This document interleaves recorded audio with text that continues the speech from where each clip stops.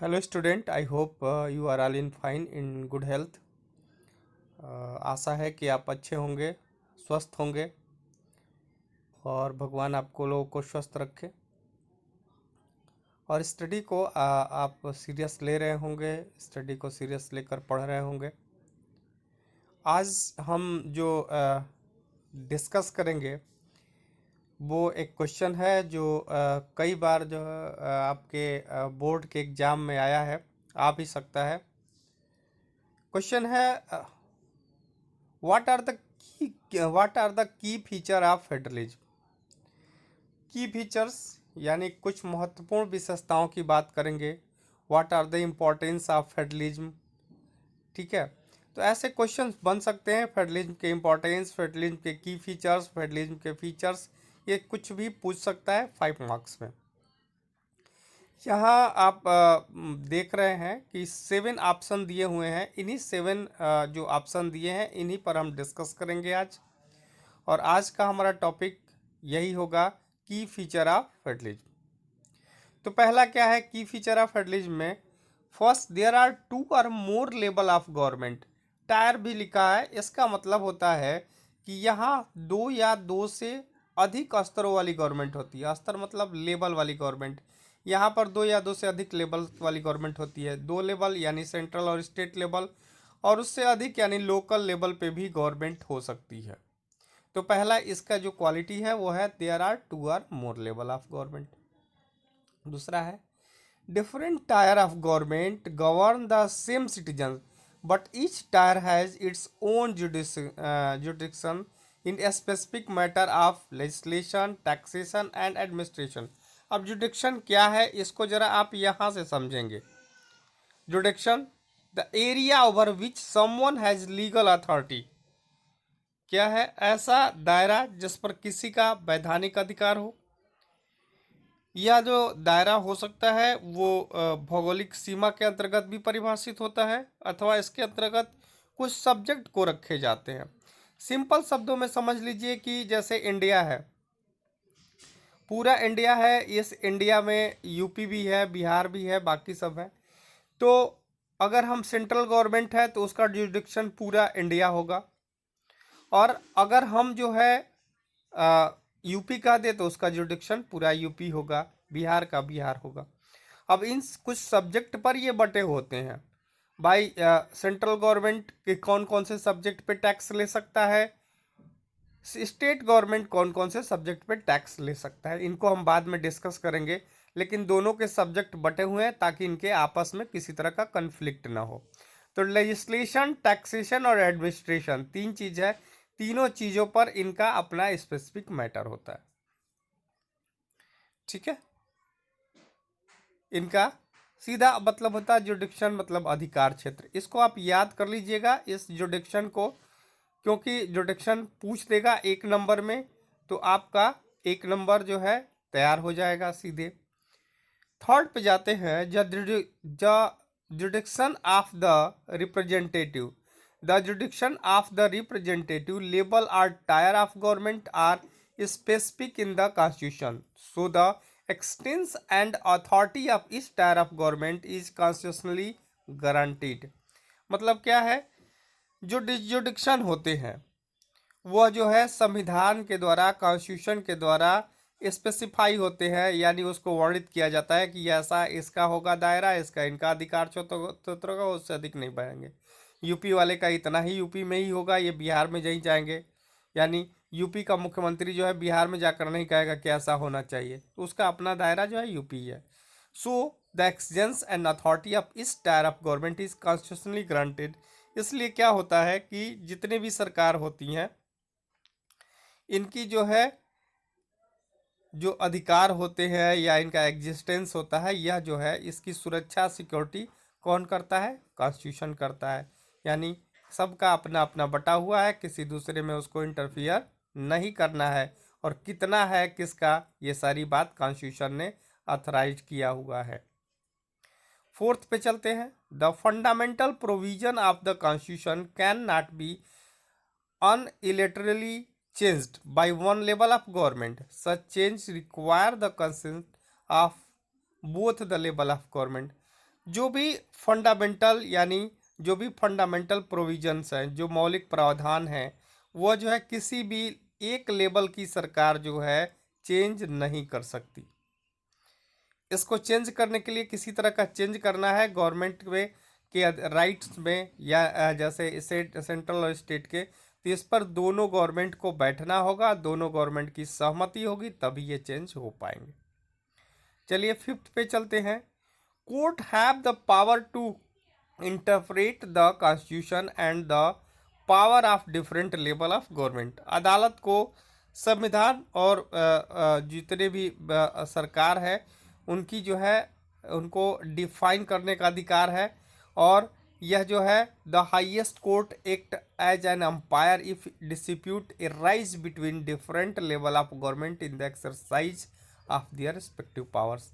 अगर किसी में जैसे यूपी और बिहार की गवर्नमेंट में झगड़ा हो गया, यूपी की गवर्नमेंट बिहार की गवर्नमेंट या हरियाणा की गवर्नमेंट और सेंट्रल गवर्नमेंट किसी बात पर कन्फ्लिक्ट हो गया, तो इसको जो है निपटारे का काम कौन करता है? सुप्रीम कोर्ट करता है, हाईएस्ट कोर्ट करता है। एज किस तरह करता है? जैसे क्रिकेट में अंपायर होता है भाई, किसी क्रिकेट में अंपायर होता है, अगर दोनों टीमों में किसी तरह का झगड़ा हुआ तो अंपायर ही तो उसका सुलह करता है। आप लोग हमेशा क्रिकेट में देखते हैं कि अगर कुछ हो गया या कोई वो हो गया, तो अब तो डीआरएस की सुविधा है, तो वहाँ लिए तो थर्ड अंपायर बताएगा कि नहीं ये आउट था नहीं था। तो इसी तरह अंपायर का काम जो है ये यहाँ पर फेडरलिज्म में सुप्रीम कोर्ट करता है। सिक्स पे आते हैं। Sources of revenue for each level of government are clearly specified to ensure its financial autonomy.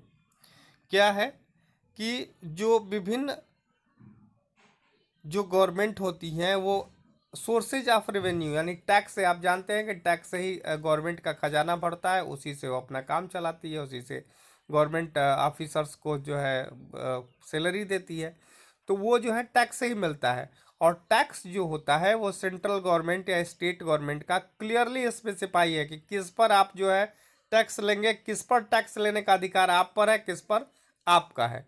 अगर एक ही सब्जेक्ट है तो उस पर सेंट्रल और स्टेट दोनों नहीं टैक्स ले सकते, अगर लेंगे भी तो कितना वो लेंगे कितना ये लेंगे। तो इन दोनों को क्या किया गया है? स्पेसिफाइड किया गया है। कहाँ? कॉन्स्टिट्यूशन से। चलिए सेवन पे चलते हैं। नंबर सेवन, ये काफी इंपॉर्टेंट है सेवन वाला।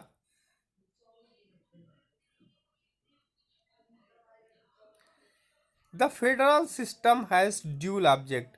कई बार पूछ देता है how many object of federal system. इस क्वेश्चन को लिख लीजिएगा एक नंबर में, how many object of federal system, how many object of federal system. The federal system has dual objective. इसको याद रखिएगा, federal system has dual objective. कितना है? दो ऑब्जेक्ट हैं। पहला क्या है? पहला है to safeguard and promote unity of country. क्या करना है? पहला पहला है कि देश की एकता और किसकी एकता की सुरक्षा करना, कि यूनिटी हमारे देश में बनी रहे, इसकी सुरक्षा करने का और इसको प्रमोट करने का काम किसका है? फेडरल सिस्टम का है। दूसरा, while the same accountable regional diversity. किसके बीच में? एक ही देश के बीच में अगर बहुत सारे जो है क्या है डाइवर्सिटी है, विभिन्नता है, फिर भी उनको क्या करना है? पूरी तरह से सम्मान करना है, जो विविधताएं हैं उनको सम्मान करना है। This accommodate regional diversity. दूसरा क्या है? अब हम दूसरे पे चलते हैं। दूसरा क्या है? Two aspect are crucial for the institutional and practice of federalism. यहाँ पर क्या कह रहा है? इस कारण संघीय जो व्यवस्था या फेडरलिज्म है उसके काम काज में दो चीजें इंपॉर्टेंट है। पहला, government at different level should agree to some rules of power sharing. जो भी गवर्नमेंट है वो डिफरेंट लेवल की हैं, वो जो है एग्री रहेंगी किसकी? पावर शेयरिंग की। They should also trust that each would abide by its part of the agreement. They should also trust the each would abide by its part of the agreement.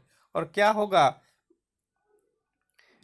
इनका एक दूसरे पे trust होना चाहिए और ये एक दूसरे के अधिकार क्षेत्र को मानेंगे कि भाई सेंट्रल का अधिकार इतना है तो इसमें मैं कुछ नहीं कर सकता। अगर सेंट्रल बैंकिंग के सारे नियम बनाता है तो स्टेट उसमें कुछ नहीं कर सकता। तो एक दूसरे के राइट्स को ये मानेंगे। An ideal federal system has both aspect. कई बार ये भी पूछता है कि एक आइडियल जो फेडरल सिस्टम है उसके क्या एस्पेक्ट हैं। जैसे यहाँ पर फेडरल सिस्टम है, ड्यूल ऑब्जेक्ट ये पढ़े, और यहाँ पर हम पढ़ेंगे कि कितने एस्पेक्ट हैं, कितने एस्पेक्ट हैं। तो यहाँ पर दो पक्ष हैं। पहला पहला क्या है? पहला है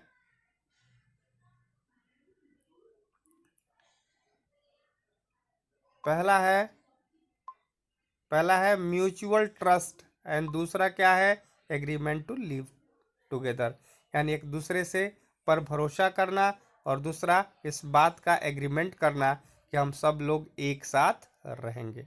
तो तीन क्वेश्चन इसमें मिले। पहला क्या है? पहला है what is the key feature of federalism. तो की फीचर ऑफ फेडरलिज्म में आप जो है इन की फीचर फेडरलिज्म अगर 5 मार्क्स का पूछे तो आप यहाँ से उठाएंगे और ये पूरा लिख देंगे। 6 पॉइंट हैं, 6 पॉइंट भी लिख देंगे तो काफ़ी है।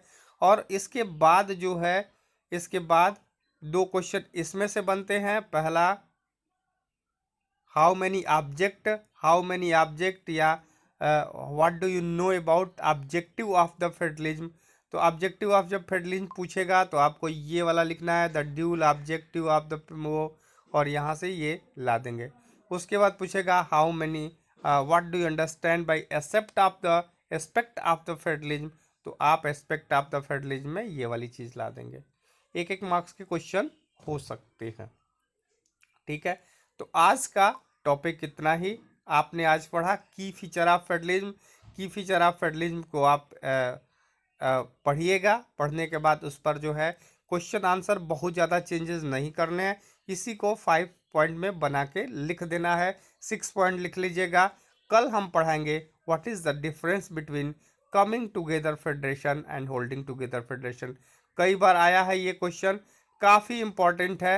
What is the difference between coming together federation and holding together federation. Coming together और होल्डिंग डिफरेंस भी पूछता है, क्या है इस पर एग्जाम्पल भी पूछता है, और इसको हम पढ़ेंगे कल।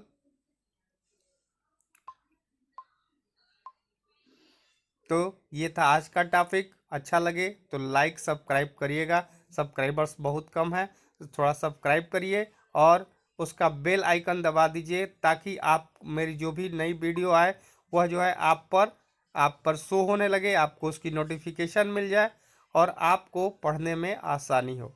Thank you. Have a nice